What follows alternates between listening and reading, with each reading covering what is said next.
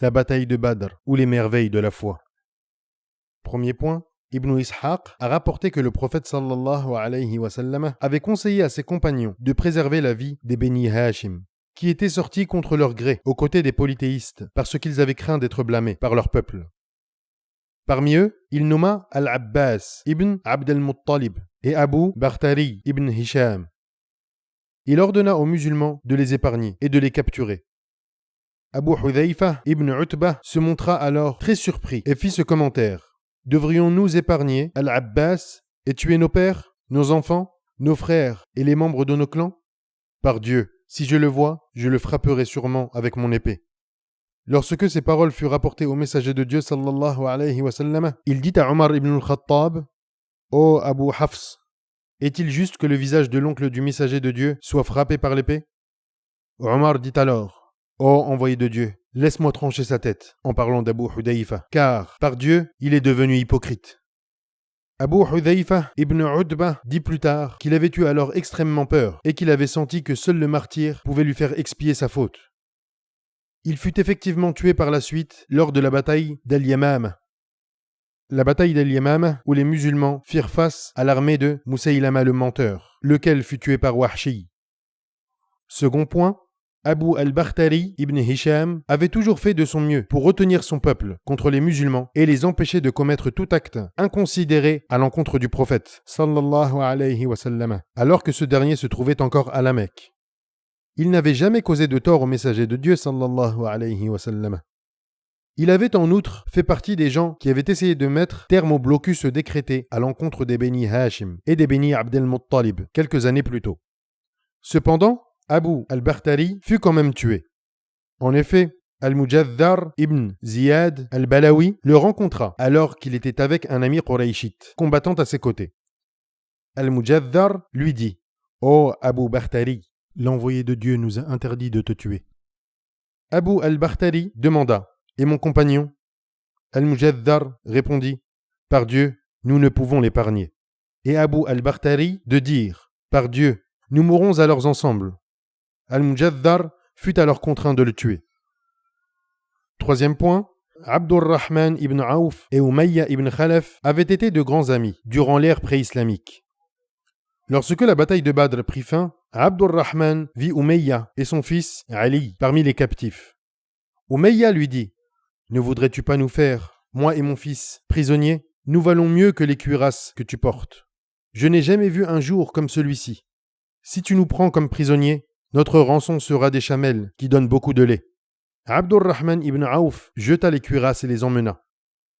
Marchant entre les deux captifs, rapporta plus tard Abdurrahman ibn Auf, Umayya me demanda: Qui est cet homme qui porte sur sa poitrine une plume d'autruche? Je répondis: C'est Hamza ibn Abd al-Muttalib. Il dit alors: C'est lui qui nous a causé le plus de pertes. Bilal, le muaddin du prophète sallallahu alayhi wa sallam, vit Umayya et il se souvint immédiatement des tortures qu'il lui avait fait endurer. Il se jura qu'il allait se venger de lui. Abdurrahman tenta de l'apaiser, mais ce fut en vain. Les musulmans se rassemblèrent autour d'Umayya et son fils. Ce dernier tomba sous les coups d'un sabre asséné par un musulman.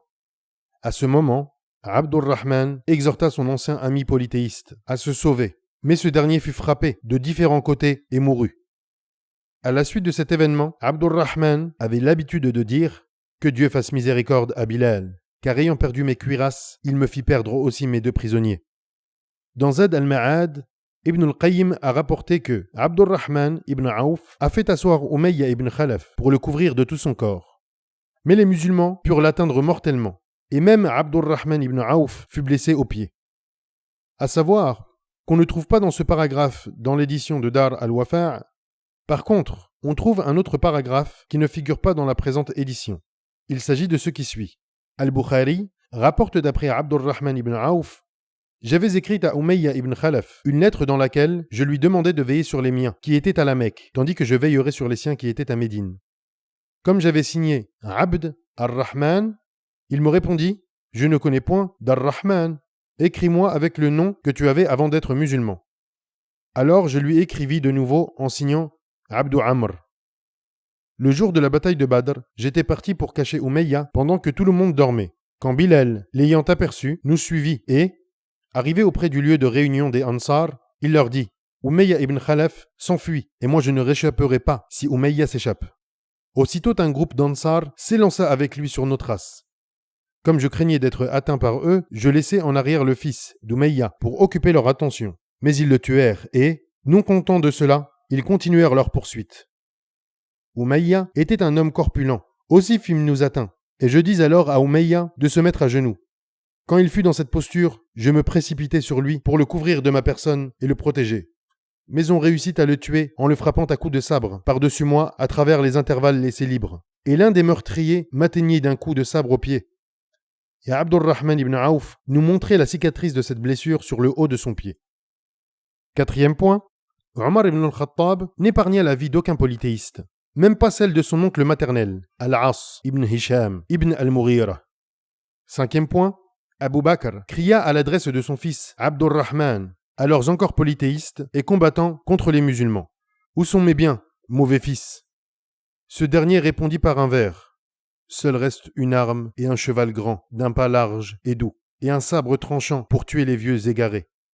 Sixième point, lorsque cessa la bataille, et que les musulmans emmenèrent en captivité un certain nombre de polythéistes, le prophète sallallahu alayhi wa sallam lut sur le visage de Sa'd ibn Mu'adh, le chef des gardes affectés à sa protection rapprochée, une forte désapprobation concernant le fait que des ennemis soient pris comme captifs et non tués. Sa'd, cependant, accepta la décision du prophète sallallahu alayhi wa sallam, tout en disant qu'il aurait préféré les mettre à mort, après cette première victoire des musulmans sur les forces du paganisme. Septième point, le jour de la bataille de Badr, l'épée de Ukasha ibn Mihsan al-Asadi se brisa si bien que le prophète sallallahu alayhi wa sallam lui donna un bâton qu'il secoua et qui se transforma immédiatement en une longue épée brillante et très solide.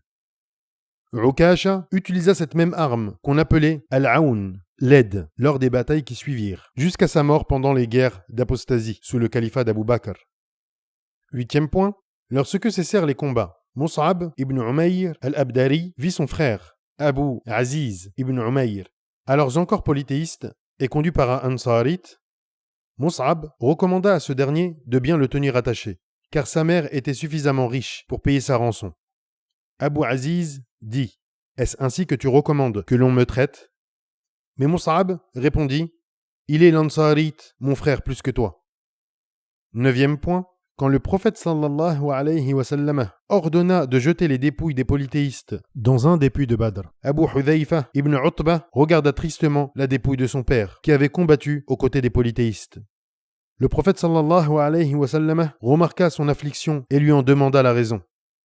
Abu Hudhayfa répondit qu'il n'avait jamais douté que son père rencontrerait le destin qu'il méritait, mais il ajouta qu'il aurait souhaité, attendu son intelligence, sa magnanimité et son mérite, le voir emprunter finalement le chemin de l'islam, et c'est pourquoi il était ému. Le prophète sallallahu alayhi wa sallam invoqua Dieu en sa faveur et lui dit des paroles douces.